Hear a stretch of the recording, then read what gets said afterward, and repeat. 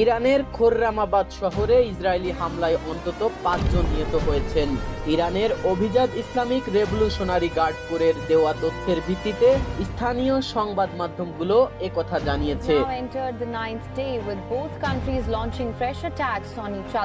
امشب در 24 اسرائیل میگه درگیری با ایران بیشتر از پیش بینی ها طول خواهد کشید. جزئیات بیشتر این خبرها همکارمان علی حسین قاضیزاده. اسرائیل با حملات اخیرش جمهوری اسلامی را غافلگیر کرد.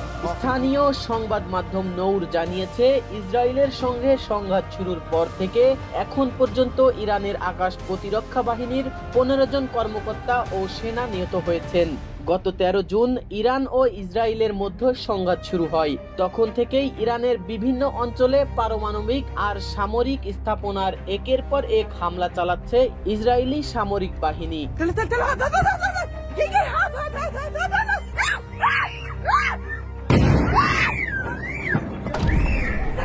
হামলা চালিয়ে হত্যা করা হয়েছে ইরানের বেশ কয়েকজন গুরুত্বপূর্ণ সামরিক নেতা ও পরমাণু বিজ্ঞানীকে।